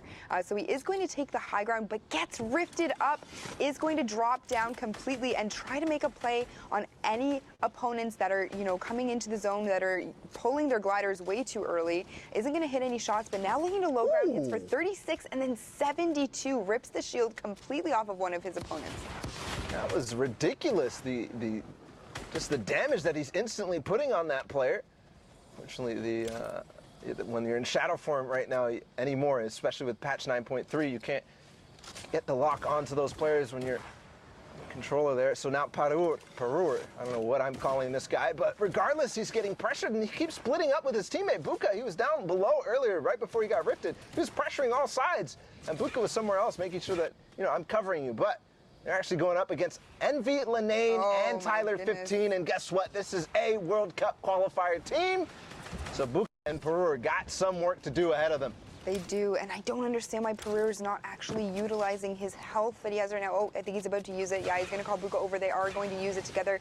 Use that AoE to get themselves a little bit more health and shield, but it doesn't matter because Lenane and Tyler know. They know what they're trying to do. They saw the campfire, and it's not going to be enough. Envy and Lenane now looking for Buka. Buka took out Tyler, so now it's a 1v1.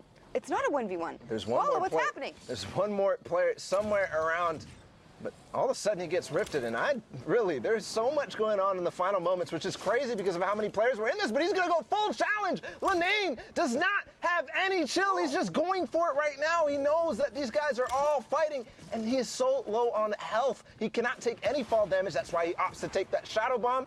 But I think that was a mistake as he starts to get chunked right down, but not too much has been revealed. But no, Dylan on TTV is going to take him out at the last second. Zweedy, who they came out of nowhere. They must have been in shadow form the entire time because I didn't see them. Or on ultimate high ground. I have no idea where these players were. It's like you said, they may have been in shadow form. I think possibly they were on high ground. Who knows where they were? It doesn't matter. The fact is that they've netted themselves a victory royale, and we are going into one more game here. We have only 6 players remaining in this one, 3 duos, so it's going to be a 2v2v2. It is the 5th circle, though, so look at this game, Bala. Yeah, I'm surprised at the amount of points that a lot of these players are having and ending up in these games. We talk about, you know, those games right before the queues end, and people playing them out to try to go for those high elimination games because of how they end up with the amount of players in them, the players that stay all the way to the end. But in this case, Untamed and Siler not taking full advantage, and really they're close. If they had a crazy game here, they could have possibly been pushing 70 points. But right now, not many eliminations left on the table, not many of those elimination points up on the table either. Yeah, and you can see here that all of the players were actually concentrated in that one small little area. Everybody trying to rotate into the southern side of this circle. Pushing up is Untamed, gets the knock, and then absolutely just annihilates Playmaker there. So he is going to get himself a few more resources. They do have the Portal Rift, so we're going to have to see, you know, if they end up utilizing that. But with so few players left, I don't really think they'll need to. No, absolutely not. And if they do, it ends up being a weird situation where you're really just giving yourself the opportunity to get shot down and put back out of the game. Right now, a little bit of moment of calm as that 6th zone does get revealed. We've got 30 seconds till it starts moving, and I think 30 seconds until the action really starts to heat back up here. Yeah, and the zone going in the complete opposite direction to where it went to from the previous one. So these players are all kind of starting to get a little bit low on resources. It's very interesting to me that there are so few players left in the game. Nobody is trying to actually farm any kind of resources that you can see with all the trees there. They're all just kind of sitting and waiting for each other to make a move. So Untamed is actually going to be the first one to make the play and go up towards high ground. His partner Siler is actually to his left there, also raining shots down. They have to know that there's players in this box here. They are taking shots at them.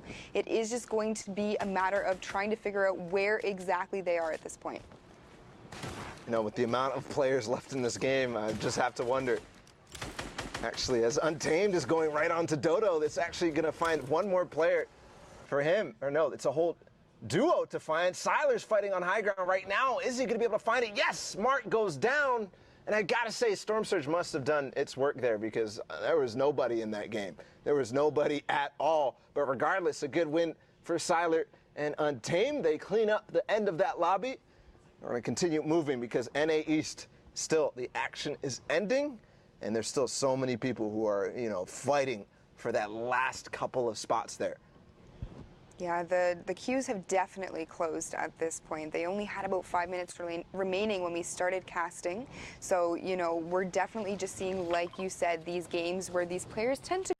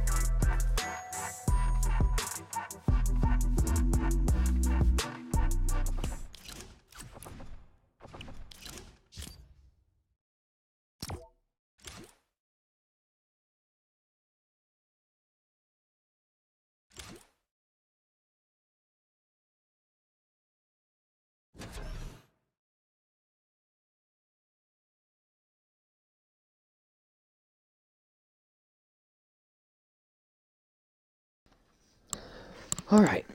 Not gonna fail. I'm not gonna fail. I got this. I got this. I got this. Don't fail.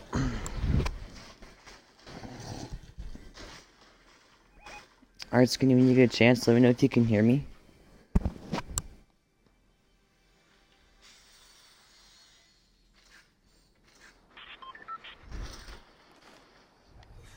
Ew. What the heck was that?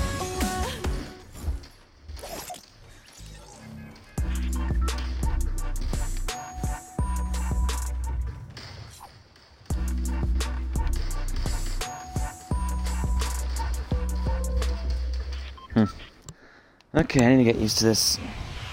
Last time I was playing Claw, so I'm gonna go back to playing Claw.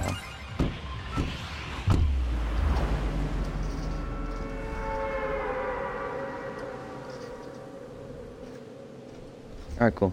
Just making sure. Right? I was playing Claw, okay.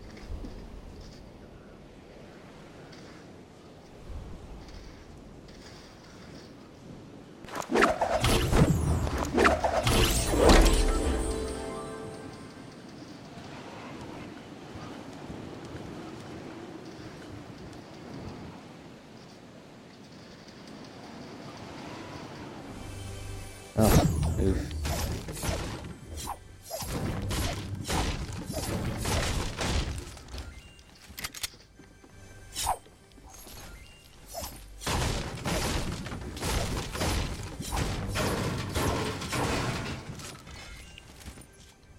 No.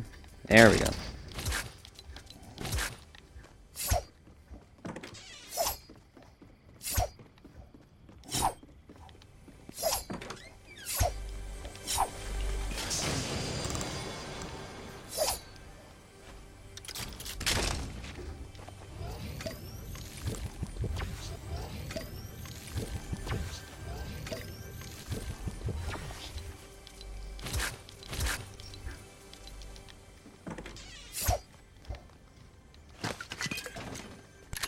I was wasting a slurp.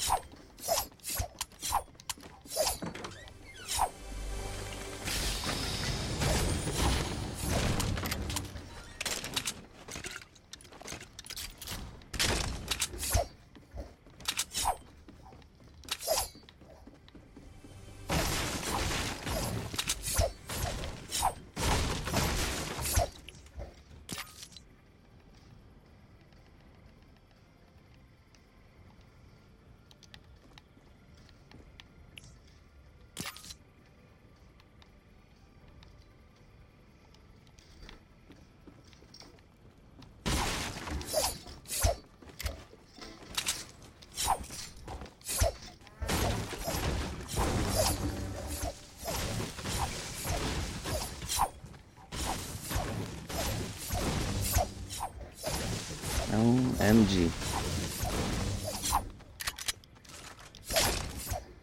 Why find this? Oh. Just because, I guess.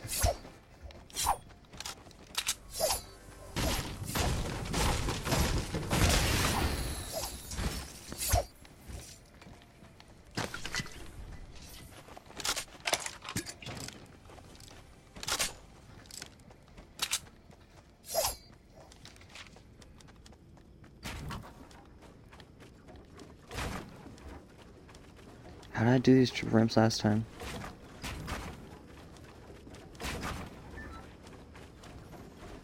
I don't remember. Ah.